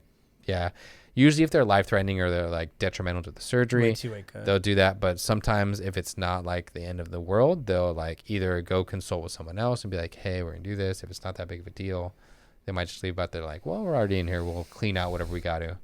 But yeah, the Lonzo thing's funky. I'm sure there's going to be a bunch of weird stuff coming out about that. I'm not interested to see, but I'm kind of waiting on more, whatever they say about it. 50 said Russell Wilson got injured? Oh, so Russell Wilson he's got a weird thing. He's got the shoulder. I don't know if it was officially diagnosed, but it seems like what's called a torn labrum, which what happens is if you like have a subluxation or a dislocation. A dislocation is obviously dislocation. Your shoulder comes out of its socket. Subluxation is it shifts out and back in. I think I talked about it last week. They said he had a procedure. That could be anything. That could be Toradol shot. That could be cortisone shot. That could be PRP injection. That could be a full surgery. That could be, a million different things. So I don't know what's going on with it. It sounds like it's probably a cortisone injection. So you can manage the pain and kind of go through and heal it. A labral tear is not like detrimental. It sucks and it's not good and it's going to hurt and you're going to be weaker and it's a shoulder injury, but it's not like a rotator cuff tear where you aren't going to do it. You might just rip it apart to shreds, and it might get worse and worse and worse and worse throughout the season. He might have 3 or 4 more of these cortisone shots throughout the season to make it kind of tolerable. But he's probably going to he's going to have surgery at the end of the year, and they'll kind of see what he does. If it gets bad to the point to where they're going to think he's going to need surgery that would take him out for, 6 months or whatever, like a full labral repair, then they're going to be probably looking to shut him down. But I think they're waiting to see if they're out of the woods for see how it goes. Like playoffs and stuff. Yeah. Because I guess they're kind of still in it. I hate watching Broncos games. It's one of my least favorite hobbies right now is watching Broncos games. They've been primetime TV too. Oh my God. It's absolutely brutal. I hate watching. They're so bad. They're not good at anything. So that's the Russell Wilson thing. He's going to keep getting injections. He's going to keep playing. I don't think it'll ever knock him out of the game. So you're safe to start him. It might just be like, unless it gets actually dislocated in a game, in which, that would happen to any quarterback. Yeah, so every quarterback has that risk. I would have a backup plan for like another week, but he's going to be starting. He's going to play. He's getting paid way too much money to not. But yeah, that's my take on the Russ thing. Again, I don't know what procedure he had. Could he have already had a mini repair? Sure. Could he have had a clean out? Sure. I don't know. They're keeping it really hush-hush on what procedure he had. Explain what a cleanup would be. So a cleanup would be if you have fraying, which just like any thread coming out that comes out. You can have fraying along the labrum, which is just like a little line of connective tissue that holds your humerus into your glenohumeral joint. So the shoulder, the ball and socket. Yeah. So the ball of the socket is connected in there and has a little lining around it. So if you have some fraying on there, it's kind of like a hangnail. Is it could get caught and it could go. Ouch. So that's the risk that you hear. Why you hear with the labral tears, you have a lot of clicking, things like that. That's usually catching on a fraying of the labrum. Is that why sometimes people's like when it pops, it'll click like a little click? A little bit different, but yeah, that's a lot of the times. The same kind clicking, of sound. Clicking is actual. So in school, they'll say, like you'll have a test question that says, patient had an event playing a sport. He saw this and that, and he reports clicking when he rotates his arm. And you'd be like, bam, labral tear. That's it. Test question done. That's all I need to hear. So it usually has like clicking, like a catching when you're staying under shoulder height. So what that does, what they can do is they can come in and kind of clean out. So they'll actually go in with like one little, they'll make 2 holes. So they're called scope holes. They'll make a hole and they'll put in a camera into one of them. And then they go in with like a drill or a tool into another one. And they'll go in there and they will literally just shave it down. So any of that fraying, they'll take it out so it's smooth, so it at least glide over and maybe heal it. So they might go in, scope it, and then inject something over it to help it kind of heal a little bit better. And that's more likely what he had as opposed to like a full repair or something like that. That would be fine. People get meniscus scopes and like walk out the next day all the time. Or walk out the same day. Not that big of a deal. Usually pretty good, especially in a professional athlete. You're going to have round-the-clock care. You'll be okay. Yeah, sure. That's kind of what the scope does for you. Okay. Or that's what a clean-out is. Sometimes they're heavier clean-outs where they actually have to go in and get a little bit more than just like little thing here or there. So like a full meniscus clean-out and stuff, or like underneath the kneecap clean-out. They're usually a bit more invasive. But something with like your labrum, it's pretty quick. Cut and clear, bam. We don't have to get into the middle of a joint. We don't have to move things around to get in there. This is straight through it. Clean it up, clear the edges, basically sand it down, for lack of a better term, and then so that it can move a little bit better. Even though we have a little bit of like a little bit of moth hole in there, it still can kind of move around a little bit better. So that's what a clean out kind of means. Yeah. Interesting. But they can have that for like arthritis and stuff on things that just stick out. They'll just shave it down. Yeah. Cool. I guess we'll go into the next thing. I think that's all it for injuries. Double check the chat. Yeah, I'll do my best. And if we're in the middle, I'll just try to answer it in the chat if you guys got something else. But Timo's going to bring us through some stuff here. Yeah, so it's a cool video that me and James used to do. James introduced it to me. It's actually a ab workout done by Manny Pacquiao a couple years ago. The video came out. Let me double check when the video came out to see how many years ago it was. 11 years ago. So 11 years ago, me and James were out there trying to do this complete ab workout. It's like a 10-minute ab workout that he does. I don't know. It was before a fight. It didn't look like before a fight, but just kind of what do you want to do. So it's a lot of different like unique motions and movements, and I wanted to kind of get your expertise on it because I'm trying to do it. What I found is if there's one thing that it really attacks a lot, just because in most of the motions that you're doing is it's definitely attacking my hip flexors because you're kind of up a lot and you're kind of like staying into this kind of locked position with your knees up. as soon as we get the video up. But that's the first thing that I've noticed. A lot of the other little motions are I feel like I'm just moving to move in a weird position, and that just, but it kind of makes sense though, because I mean, abs are kind of hard to kind of reach, and what my issue is now that normal kind of ab workouts necessarily don't burn like they used to. I don't know, for whatever reason it is. I'm still trying to figure out. So I've been adding weight. These motions actually, though, it was the first time that I felt like a true like ab burn in a while. So I did like that. There was a couple moves that really kind of got me going. I'll point them out as we go through the video. But yeah, it's definitely something that was challenging for sure. But again, I feel like I'm just doing just a whole bunch of movement. Okay. I don't know if it's efficient though. So I kind of wanted to piece together our own of the most efficient out of this video. And actually, so I could retest it and actually just kind of do more of those, rather than just do the whole 10-minute circuit of the ones that feel like they're just kind of, I'm just rolling around and stuff like that. But okay. Yeah. We got the video.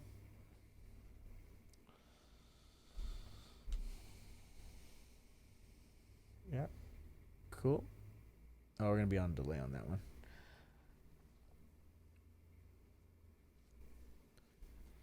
Yeah, all right. So first one are just kind of flutter kicks up into that. I don't know what kind of position would that be called. I can't remember. It's like a V. Just like a V sit-up kind of thing, right? Mm-hmm. Yeah, so flutter kicks for a cool minute. He's just kind of going. I don't actually never timed it for how long. I kind of started just going. Do it until he's done. Yeah, exactly. So I personally couldn't get to 10 minutes. I knew I couldn't get to 10 minutes, so I kind of like did my version, which is like finished in 5, just because I didn't have that core stability. And then crossovers, cool, kind of still normal. I enjoyed these ones. These are great, but that's what I'm saying. So like just kind of just starting these ones, like my hip flexors were burning. Yeah, a lot of hip flexor, a lot of core. It seems like what this is mainly doing is trying to change your center of gravity, which is the main response to all balance exercises in general. Mm-hmm. But having the V, your only way of managing it, as opposed to like moving your knees or your ankles or your hips, is to move your core to do it, which isn't something that it's completely used to. Mm-hmm. So it's working a lot of your obliques too, is in side to side, is moving up and down. A lot of it's in the straight plane, but the fact doing the flutter kicks, doing the side to side. So this one, I was kind of curious of like, how is this any different? Like, I don't know what, I mean, when I do it, I'm kind of feeling like I'm just moving to move, but I don't know if it's kind of targeting something that I'm just not, maybe I'm doing it wrong where I'm not feeling it. I think it's supposed to be targeting the upper abs specifically, just because the small amplitude, the small motions. Would there be any other reason why his legs or his ankles are crossed? No, that's just comfort. That's just comfort? That's just comfort. The legs kicking up is, again, just to be kind of get your hip flexor, get your quadriceps moving. It's kind of going just that. Yeah, get them moving. And it's just to help kind of, again, center of gravity, stabilization, core utilization as you're going through. I don't see too much. If I had to cut one, I just wouldn't do that. That one's fine. I like the others so far. Okay, so I was about to say, yeah. So far we're like 3 for 3. Yeah, that might just also be a rest for your legs at this point, honestly, because you've been doing so many leg things where you keep your legs up, you do the flutter kicks, you do the side to side stuff, but and then you do the in and out. So this is kind of like just holding them up. It gives your hip flexors, give your quads a little bit of a break. So that might be what it is, but you still have to kind of utilize your core by keeping it there, by keeping your legs up as you're kind of like and keeping that and you're at least moving your core. So you're not just sitting there resting. That might have been like what we call like a rest set, where you do stuff, but I see what you're like when you balance on one leg and you're just kind of so that might have been like the rest set of it. Okay, so we'll see if he continues that, because that was about 3 exercises and then he had like a pseudo rest set, so we'll see if that continues. And then we're going to, I love these ones. These are the first ones that I've like toe touches that really ignited my abs at this point. Yep, upper abs. Yeah, and this one maybe, I don't know what it is, but yeah, I finally got that burn sensation that I've been looking for on these ones. Well, especially after all those 3 or 4, I should say. So yeah, that was good. Same thing. Upper abs. Yeah. A little bit. These are okay. A little bit mid. And yeah, he's just kind of just doing them. I don't know if it's a circle motion. No, he's going up and down. Yeah, he's going up and down. It's later in the rounds where he starts doing like little rotation motions. So this is all you worked your obliques the first one. Now you're going strictly upper abs and middle abs. We'll see if he goes into a little. There's lower abs for the first one too. So he switches it. So 1, 2, side to side obliques. I like it. 3. We'll see if he has a kind of a pseudo rest set now for the fourth one. Oh, I see what you're saying. Yeah. So you might have a more compact motion for the next one, I think. You have to see if there is an actual pattern. Yeah. There might not be. But no, that's not saying. But yeah, even for me, I didn't kind of catch that. So that's cool.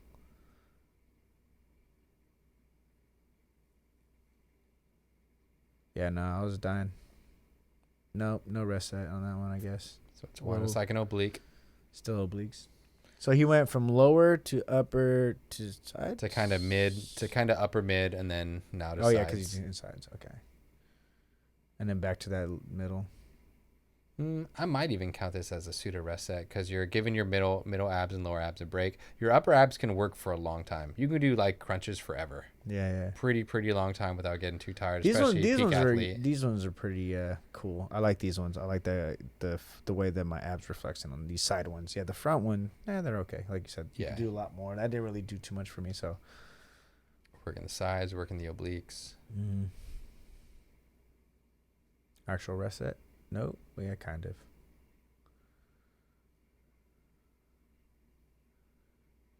You can tell this was 11 years ago. Okay, so yeah. Just how the outfits. The shorts, yeah.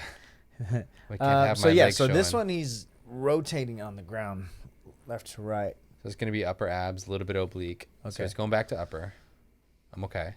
This is still. That's fine. I feel like this is a good motion, anyways. Yeah. Okay. Just a different type of movement. It was cool. I like these ones. I like these. This is more. These are definitely more for. I mean, obviously he's a professional boxer, but it's obviously more for healthier individuals.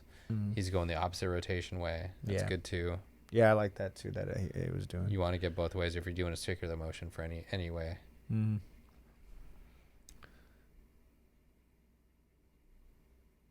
Yeah, no, I was dying. I definitely couldn't go as long as he could. But I'm going to get there. I'm going to hit that 10 minutes. I'm going to finish.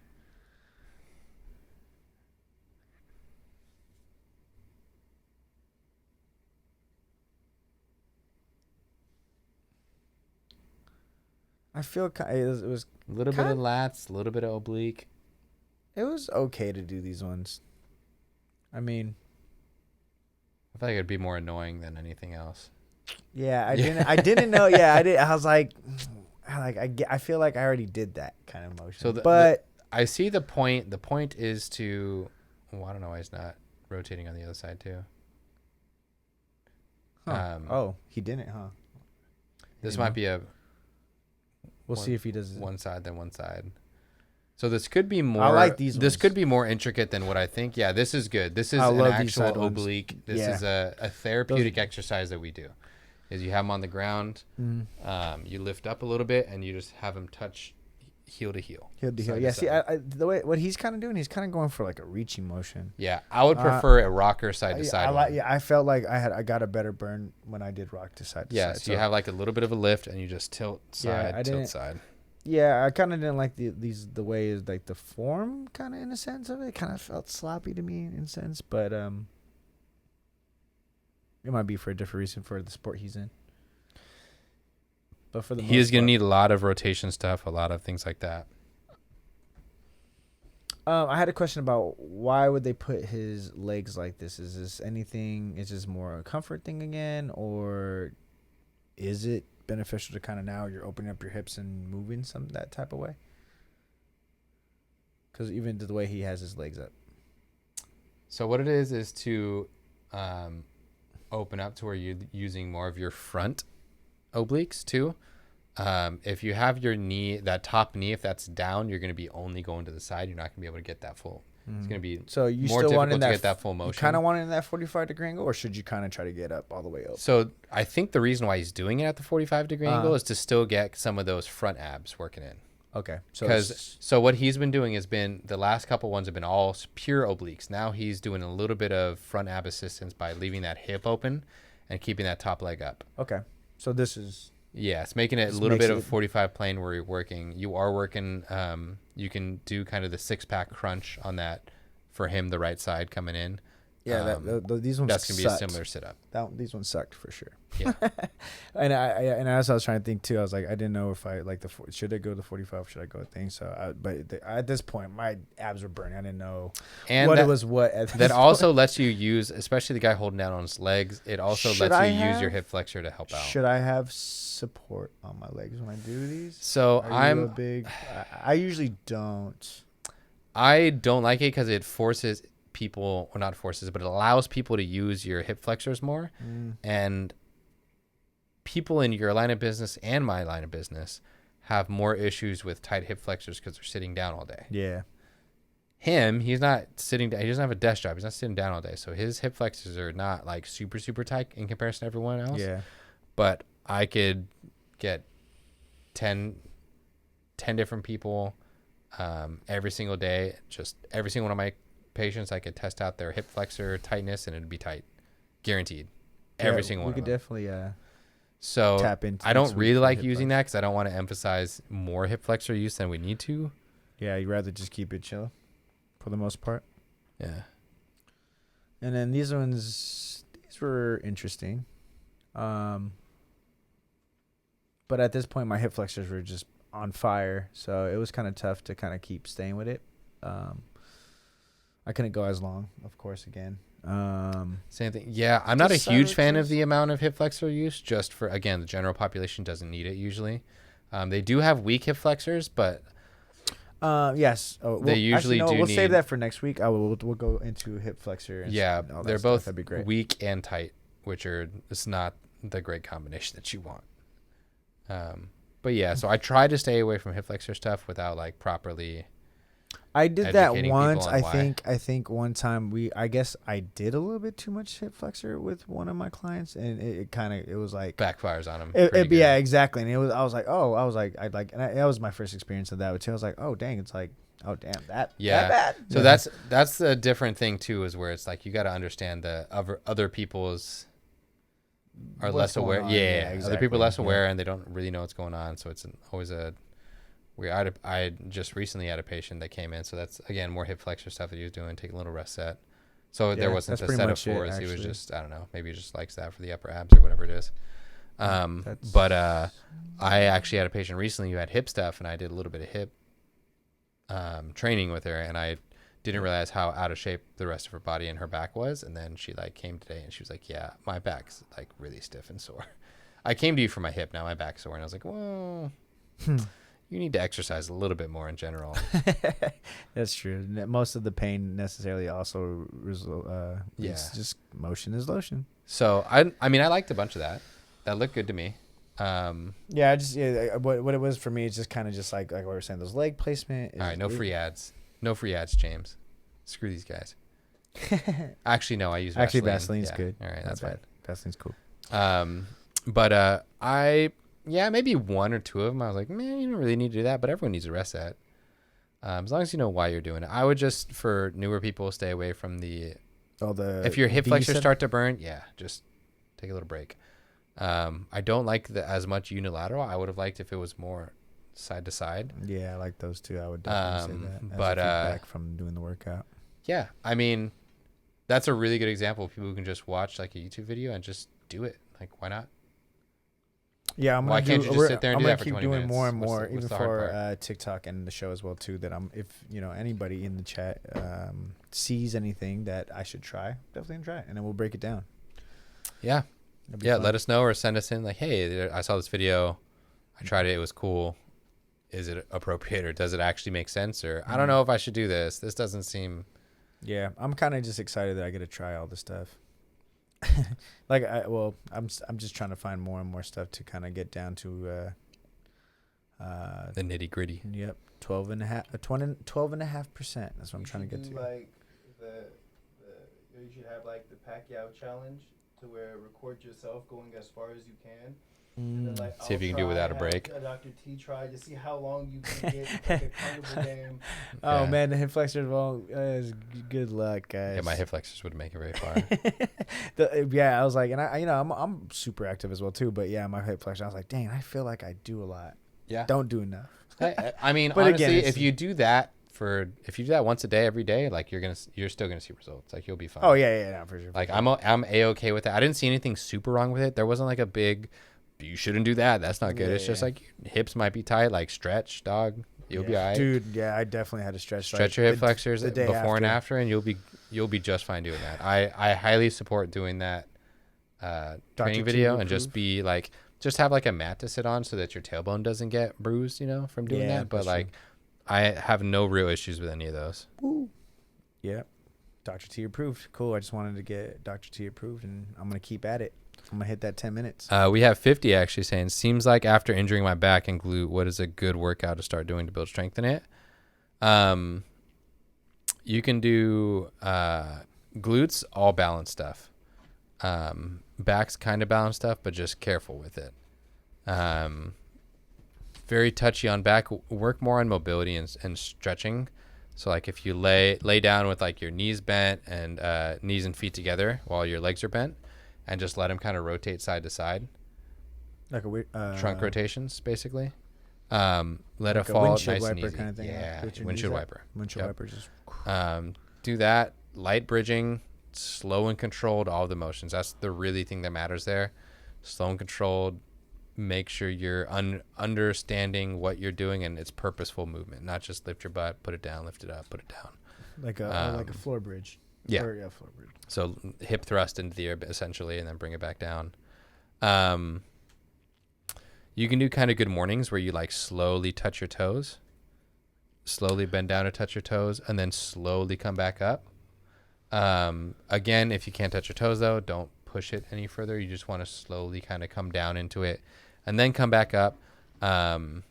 And just work on, again, slow, controlled motions. I was going to say, because I usually have my clients do good mornings, but with like a prisoner type of thing. Is that anything different? Behind your head? Behind your head. Is, like, I feel like, for me personally, just because like from my experience, I felt like, I don't know, I just felt a better stretch when I did it that way. Yeah. I don't know if anything's really happening differently. I don't have a problem with it at all. I think everyone needs their chest stretched out, so that helps open it up. And also it helps mobilize the thoracic spine a little bit, to bring it back and kind of pinch your shoulder blades. Some people even get what's called cavitations when you get like the popping down your back. Some people even get cavitations if they just do it themselves and kind of pull back long enough and hard enough, it'll eventually come down. I don't try to do it, but if you like stretching, kind of pinch your shoulder blades as you put your arms back, and if you get a cavitation, cool. If not, whatever. But it's good for mobilizing the back. Like I'm sure everyone here for sure in high school or whatever would like lean back over the back of the chair and be like, oh, that felt so good. Yeah, for sure. I love that. You were helping it out. And so it's the same thing of like putting your hand behind your back, pulling it back and get that little crack. That's okay. Again, everyone's kind of hunched over. Everyone can use that, opening up the thoracic mobility from the front, and the tightening in the back always helps out. I don't think I've ever in my career or schooling or anything have ever seen someone who needed the opposite of tightening front, loosening back. Ever. Would you also one thing, because you already said trunk rotations, what about I know them as wood choppers. I think there's another name for them, but going from the top down, could that kind of help with the? I wouldn't do that with an injury. Oh, okay, I would stay away from what's the word? Compound motions, basically. Okay, so because you're using too much. Yeah, just twisting while you're doing something. The thing with the spine is very sensitive to twisting, and your big muscles generally overpower your little muscles as they're going through that, and so your spine's not usually always intact, especially if you have an injury. A lot of uncontrolled guarding works, and so if you're trying to move one way and it just doesn't allow it, and you try to fight through it to finish the motion. So I would stay away from compound motions if you specifically have an injury. Got it. But other than that, I like the compound motions. One of my favorite things to do for people who are recovering from some sort of back strain, and once they're stable, once we go to the strengthening phase, it's called isometric trunk rotation walkouts. I know that's a kind of a mouthful, but if you have them have like just a pulley, a rope thing, and you hold it by your chest, and you take a step away from it, and then you bring it out, and then bring it back in, and you take another step away from it, and then bring it out, bring it in. The further out you go, the more you have to control your body from rotating. All you need is like 5 pounds. You know, I see people do that, and that's safe. I'm okay with that. Okay, and I usually do that with exercise bands. It looked safe, but I just didn't know what it was necessarily really doing. So it's for anti-rotation. So it's for stabilization and kind of it works the obliques too. You're just kind of holding and kind of. Yep, works the obliques. Cool. Works what's called your transverse abdominis, which is like a corset underneath. Yep. We've talked about it before, and it works basically just your core stability, and it's providing a change in center of gravity.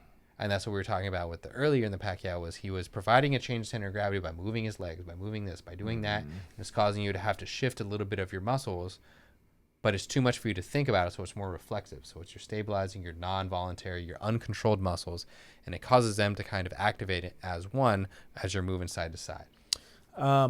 Is it beneficial to continuously go up and progress in weight? You can, but I wouldn't. There is like do something different.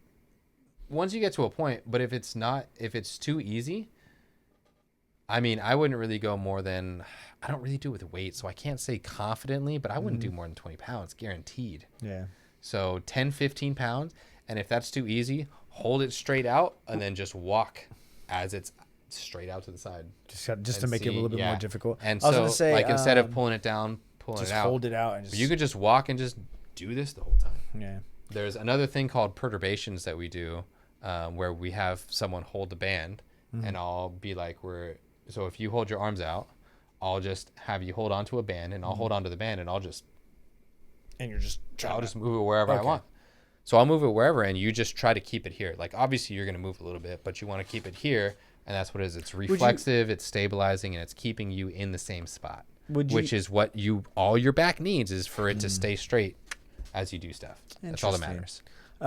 Would you recommend this to be at the end of a workout? Would it, like, say you do your word, like, and then kind of break into this type of burnout maybe? So or how would where would you kind of place it if you had a, like? So it depends. It depends on the patient or client, and it depends why I'm doing it. Am I doing it to help you activate it because you don't activate it very well? In which I do it first, so that you know what it feels like to use it, because you have to use it. And if I'm doing these other exercises that I need you to use it for, but you aren't very good at activating it, if I try to have you do it first without doing it, I'm gonna be telling you to activate it. Now, when you're using it, you know that muscle's tired. You know if that muscle is not getting tired on the other ones that you're using, you're not doing it. Got it. And so it kind of helps you to interesting recruit it earlier, so that you're using it. Like, you see a lot of the athletes do it when they do a lot of the weird exercise bands, fireman things. When they're on the ground, they're doing all fours, or they have, a bunch of bands around them. They're doing like crab walks with it. It's to get their hips and things that are stabilizers, that aren't fully controllable, that are like less voluntary. They're not involuntary. You can use them, but they're more coordination muscles that you use as you're doing a certain motion a certain way that's not straight line, basically. They do all these crazy warm-ups before, so they can activate them, so that they can be used to being used. You can kind of wake them up in a sense. And so again, if I'm just using it to train their obliques, maybe I'll do it at the end when everything else is tired, and I'll use it as a kill session, basically, to go as much as you can, or hold it out as long as you can until you're give out, or whatever it is. Like, that could be a strength training. But if I'm doing it because someone has trouble activating it, or they have trouble keeping their core stable, I'm going to do it at the beginning, so that it's one of the first things we can do, so you can understand this is how it's supposed to go. This is what you're supposed to do to activate it. Got it. Cool. So there you go. And again, it doesn't take that much weight. No, like exactly. 5 pounds or less, that's all you need. Or exercise band is, honestly, I prefer using resistance band more than that, just because the further you go, the harder it gets. Yeah. So if that exercise band is too easy, go up. Or if that's, double it up. Use 2 of them. Doesn't matter. So that's why I like using exercise bands with that too, is because you bring it in, bring it out, and then you step further, and it just gets harder and harder for you as you go. Cool. Yeah, I'm gonna add it into the repertoire. Yeah, add it in. I love it. Very safe. Just don't overdo it with it, and just be aware of the patient. Be like, hey, even if it feels easy, do like 10 first before we start moving. Yeah, on. no, for just sure. because back's always touchy. Yeah, no, straight up. Yeah. But yeah, start slow. Cool. Thank you for that. I needed that. Oh cool. yeah. So now I could just go at it and just keep going at it. Yeah. So 50, that could be something you could try. Actually, would be doing stuff like that. Is but warm up to it. The anti-rotation stuff. Maybe we'll post a video about it going in if we're so inclined to about doing training like that. I never really wanted to be that guy that's in there with this phone and just recording. Yeah, I never really want to be that guy, but I mean, I have reasons to be that guy, so yeah, be like, well, I'm doing it. You at least can be like, hey, I'm doing this so I can like send my people what to do. Yeah, for sure. Yeah. I'm in the right place to do it and stuff like that. Yeah, too, people pay me to. People pay me to do things. I'd rather give them like a video they can watch. Yeah, exactly. So yeah. So I'm as soon as I'm done getting all the stuff I need for my my new spot, I'm definitely gonna be tapping into kind of like helping myself do more videos, and because I'm already there at the gym anyways, so might as well just get it done there. Yeah. But, all right, guys. Yeah, I think that was it for tonight. Amazing. Good job, as always. Good work. Good luck to you and your fantasy team again. Thanks. Just make the playoffs. Survive in advance. That's all we care about. You guys, you're kind of have the Raiders. I think I'm doing okay. You're going to come back? I think I'm doing okay. Yeah. I had a hot start and then did not. Well, I think I'm like 3-2. Everybody who's beating you is like just... I got lucky. Yeah, I'm not upset at my losses. Okay. Yeah, exactly. Yeah. You've been having high scoring games, but yeah, that's thanks for joining us. We got Chips tomorrow. And we got book club on Thursday, and we're voting on Wednesday for book club on Thursday. Yep. Get in the chat, figure out what we're gonna do. By get in the chat, I mean vote for your favorite. And then tell me why your favorite is also Lupe Fiasco and why you voted for it. Other than that, my name's Dr. T. Timo. This has been Painter Gain. We'll catch you next week. Peace. Boom.